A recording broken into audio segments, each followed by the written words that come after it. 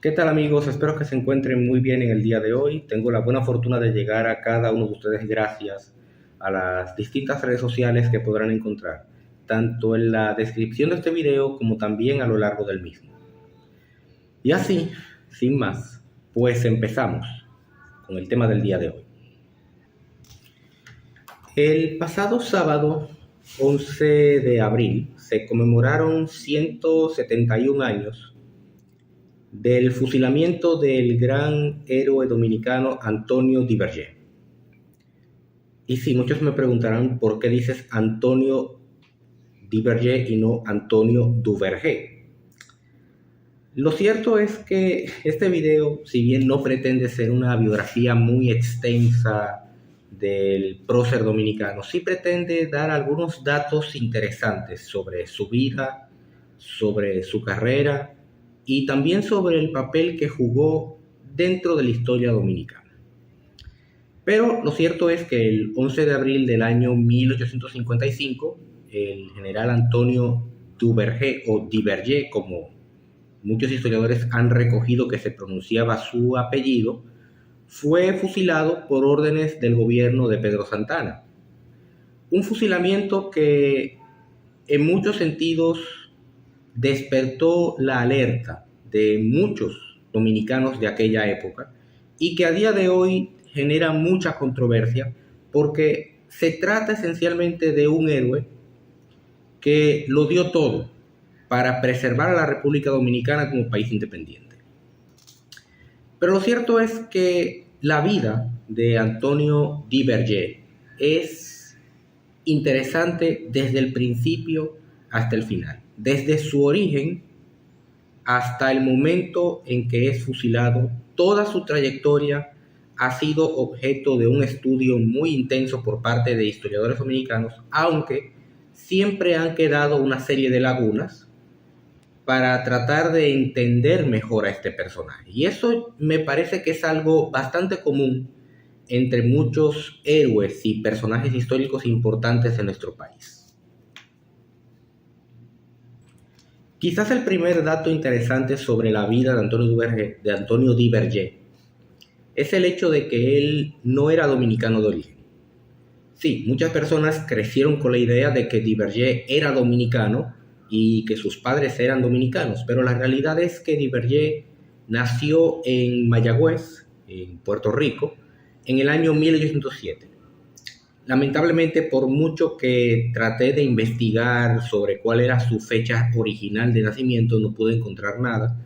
Así que si alguien tiene esa información, por favor déjenle en la caja de comentarios. Di Vergé nació en Mayagüez, Puerto Rico, y sus padres eran de origen franco-antillano. De hecho, procedían de lo que hoy es Haití. Y antes de que vengan los haitianos a este canal a comentar y a reclamar un héroe que no les pertenece y que por demás históricamente se demostró que los detestaba, una cosa es nacer en la época de un sistema de gobierno que existía antes de que Haití tan siquiera fuese pensado, y otra cosa muy diferente es pertenecer a una nacionalidad existente actualmente. Los padres de Antonio Di Vergé eran de la élite mulata de la colonia francesa de Saint-Domingue, lo que hoy es Haití.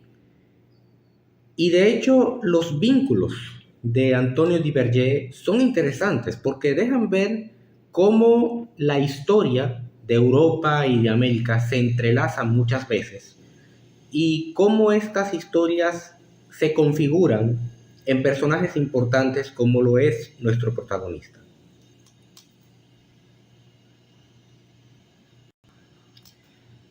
Se sabe por investigaciones que la familia paterna de Antonio Di Vergé procedía de lo más granado de la aristocracia francesa. De hecho, Antonio Di Vergé procedía de la familia Di Vergé de la Roche-Jacquelin. No se preocupen, aquí abajo pueden encontrar cómo se escribe para que ustedes puedan pronunciarlo apropiadamente. Y de hecho su familia tiene antecedentes muy importantes en la historia de Francia. De hecho, Antonio Di Vergé es pariente de un personaje muy conocido de la época de la Revolución Francesa llamado Henri Duverger de la Roche-Chalais. Este personaje, Henri Duverger, fue uno de los líderes del llamado Ejército Católico y Real que luchó contra las tropas republicanas francesas durante la guerra civil que se dio en ese país tras la ejecución del rey Luis XVI, y también luchó contra los jacobinos durante el llamado régimen del terror en la famosa guerra de la Vendée. Y en efecto, los orígenes aristocráticos de esta familia se trasladaron a la colonia francesa de Saint-Domingue, y esto originó al personaje del que estamos hablando hoy. De hecho, Antonio Duverger, el padre de Antonio Duverger, se vio involucrado en las luchas contra Toussaint Louverture y luego en las luchas contra Jean-Jacques Dessalines, al punto de que fue uno de los principales complotadores en un intento de asesinato contra el entonces primer emperador haitiano. Esto desde luego motivó a que Joseph Duverger, junto con su pareja de ese momento, que se llamaba Jean-Marie Duval, tuviesen que huir primero al territorio de Santo Domingo, que en ese momento estaba ocupado por los franceses de Napoleón Bonaparte, pero luego de ser testigos de la incursión de Dessalines y de Henri Christophe al territorio de lo que hoy es República Dominicana, prefirieron huir hacia Puerto Rico. Y es en Puerto Rico donde nace Antonio Duverger en el año 1807. Pero luego de que en el año 1808 el país vuelve a manos españolas por parte de los propios dominicanos, Duverger y su familia regresan, se instalan en el Ceibo, viven ahí durante cerca de una década. Ahí es donde los padres de Duverger contraen nupcias luego de tantas vicisitudes que les impidieron formalizar su relación, y luego se instalan en San Cristóbal. Es aquí en San Cristóbal donde Antonio Duverger pasa buena parte de su adolescencia, donde crea los vínculos que luego lo convertirían en un importante jefe militar en la historia de nuestro país. Pero también es probable que creciera escuchando los antecedentes nobiliarios de su familia, y también, y esto lo recoge Joaquín Balaguer en su obra sobre la vida del gran prócer dominicano, su obra conocida como El Centinela de la Frontera. Aquí también Duverger se crió escuchando cómo los haitianos le hicieron la vida imposible a su padre. Y todo esto, si lo analizamos desde un punto de vista psicológico, fue configurando en el joven Duverger un sentimiento de animadversión hacia los haitianos, y un sentimiento hasta cierto punto comprensible, dado los acontecimientos de aquella época y me atrevo a decir incluso los acontecimientos de hoy en día, hasta que finalmente se da el acontecimiento que marca la adolescencia de Duverger, cuando en el año 1822 los haitianos, dirigidos por Jean-Pierre Boyer, ocupan el territorio del llamado Haití español, que apenas se había independizado 2 meses antes, en diciembre de 1821. Y esto, en cierto sentido, acrecentó todavía más la animadversión de Duverger hacia los haitianos. Pero la adolescencia del joven Duverger transcurrió normalmente en San Cristóbal, al lado de su padre. Aparentemente durante esta época su madre había fallecido, y en muchos sentidos Duverger creció escuchando sobre los atropellos y las ofensas que cometían los haitianos contra la población local. Y de hecho, bien lo recoge Tomás Madiu en su Historia sobre Haití. La ocupación haitiana en territorio dominicano fue en muchos sentidos un mal cálculo político, porque nunca hubo suficiente confianza hacia los dominicanos, a pesar de que hubo dominicanos que colaboraron con los haitianos.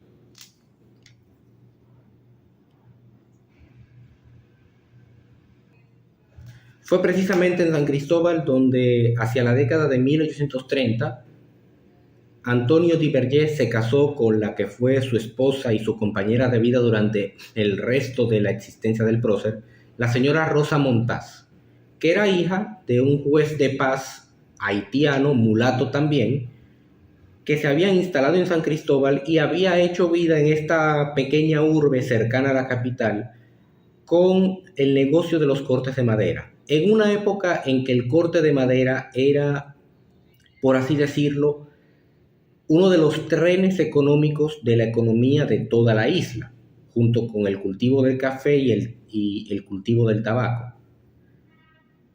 Y a pesar de que la familia de Rosa Montaz apoyaba al régimen haitiano y Duverger le tenía animadversión al régimen haitiano, hubo cierta conexión entre ambos que permitió entender la situación y al mismo tiempo les permitió entender la importancia de separarse de Haití. Y es curiosamente en esta época en esta década del año 1830 o finales de la década de 1830 cuando comienza una efervescencia política en la isla. En la primavera de 1838 se intentó asesinar a un funcionario del gobierno de Boyer y luego se desveló toda una trama tendente a derrocar al régimen de Boyer. También en esa misma década los españoles intentaron recuperar lo que hoy es el territorio dominicano sin éxito, pero para el verano de 1838 se había constituido en Santo Domingo la sociedad secreta La Trinitaria, lo que significaba que en esa década, en ese último tramo de la década de 1830, había un periodo de efervescencia en todo el territorio insular, y este también tiene que examinarse en el contexto de la reconfiguración de los países hispanoamericanos luego de las independencias contra España, sobre lo cual se hablará en otro video claramente. Pero lo cierto es que esta efervescencia fue obviamente percibida por Antonio Duverger y como él tenía vínculos con los comerciantes de maderas preciosas, muchos de los cuales se integraron dentro del movimiento trinitario y el movimiento independentista, esto motivó a que Duverger fuese a conocer toda la región sur, a conversar con los campesinos y a ganar adhesiones para este movimiento incipiente, que finalmente se catalizó en el año 1844 con la independencia el 27 de febrero de ese año. De hecho, Duverger fue uno de los primeros sureños en sumarse al movimiento independentista tan pronto como el país se separó de Haití, fue hacia Santo Domingo y fue recibido por personas que ya lo conocían por sus negocios en la región sur. Y estos, al ver las relaciones que tenía con los campesinos, lo designaron como coronel y más adelante como general. De hecho, Duverger fue el principal artífice de las victorias en la batalla del 19 de marzo junto con Pedro Santana y más adelante en las batallas de El Número y El Memiso, donde con cargas de macheteros lograron derrotar a los haitianos. Estamos hablando de los años de 1844 hacia el año 1849. Pero también en esos años, Duverger se consagró como el defensor de la frontera entre República Dominicana, la República Dominicana recién nacida, y también el Estado haitiano. La razón por la cual, de hecho, a Duverger se le catalogó como el centinela de la frontera fue porque durante esos años la República Dominicana intentó recuperar la frontera original del Tratado de Aranjuez del año 1777. Cosa que se pudo conseguir a medias, ya que Duverger, si bien llevó a sus tropas hasta donde estaban los bordes originales hechos durante la época colonial, no logró recuperar del todo, a pesar de que Joaquín Balaguer así lo certifica en su obra, los territorios del Valle de Guapa, es decir, las ciudades como Hincha, San Miguel de la Atalaya y así por el estilo. Pero Duverger, lo cierto es que logró asegurar la frontera y resguardarla de todos los ataques haitianos, los cuales intentaron de maneras muy repetitivas ocupar el territorio dominicano sin ningún tipo de éxito. Y esto hay que reconocérselo a Duverger. Fue el hombre que resguardó la frontera durante más de 5 años, evitando embestidas haitianas, y al mismo tiempo se convirtió en un personaje muy querido en la región sur del país, al punto de que se le pudiera considerar como un caudillo. A pesar de que muchos historiadores dominicanos no quieren reconocer en Duverger a un caudillo, yo particularmente sí lo noto como tal, en parte debido al contexto de la época y también debido al tipo de relación que establecía con los campesinos, sobre cómo los motivaba y cómo los dirigía en la batalla. Y algo importante destacar es que gracias a Duverger y a los azuanos, es que muchas veces se logró evitar que los haitianos entraran en Santo Domingo. Gracias a Duverger es que tenemos una frontera que fue asegurada y fue protegida y fue preservada y que fue esencial para mantener la soberanía dominicana tal y como la conocemos hoy en día. Sin embargo, el mayor problema de Duverger estuvo no solamente con los haitianos, sino también con el general Pedro Santana, quien era en aquella época el hombre fuerte del país, el líder militar más importante del país. Y estas diferencias entre Duverger y Pedro Santana por el liderazgo militar del país llevaron a que hubiese fricciones.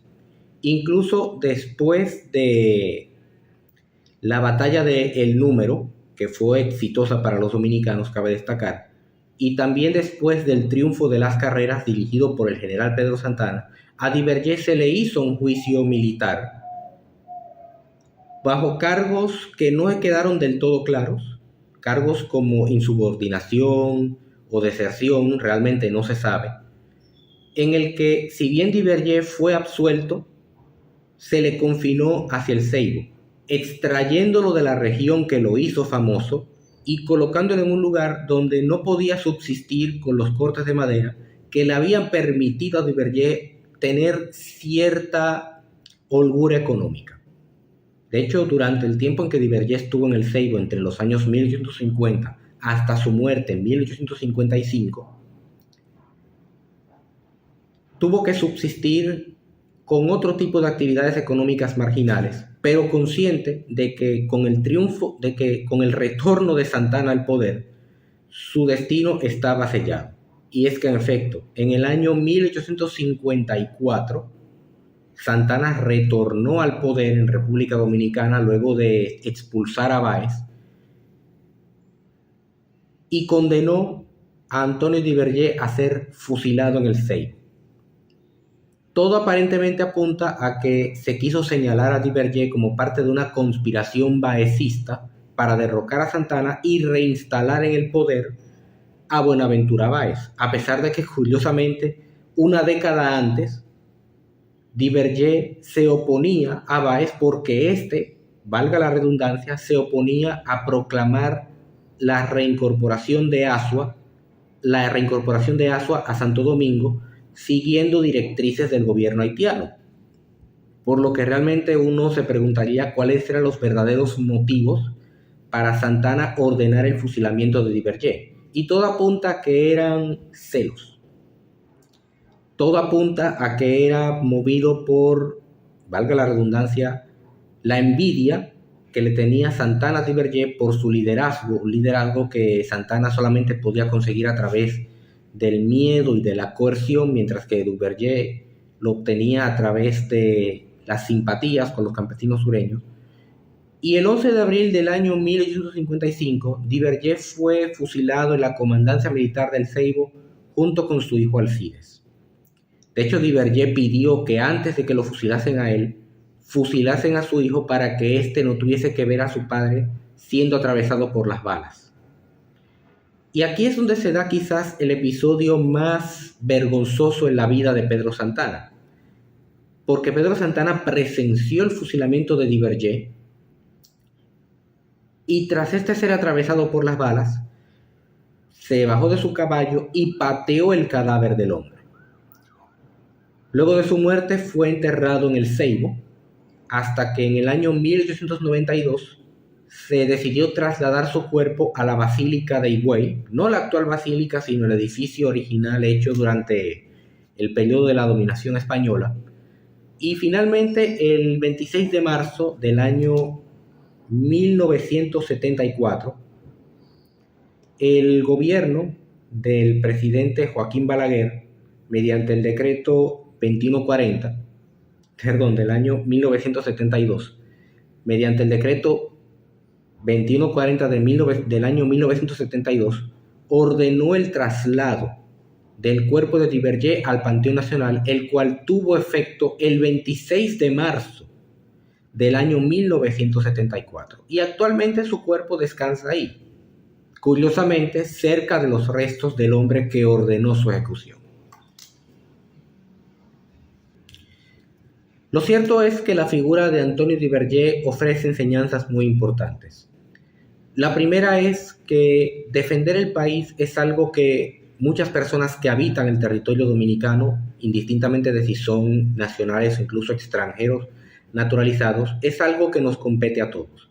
Porque tener un país es algo sumamente valioso y es algo de lo cual podemos sentirnos orgullosos.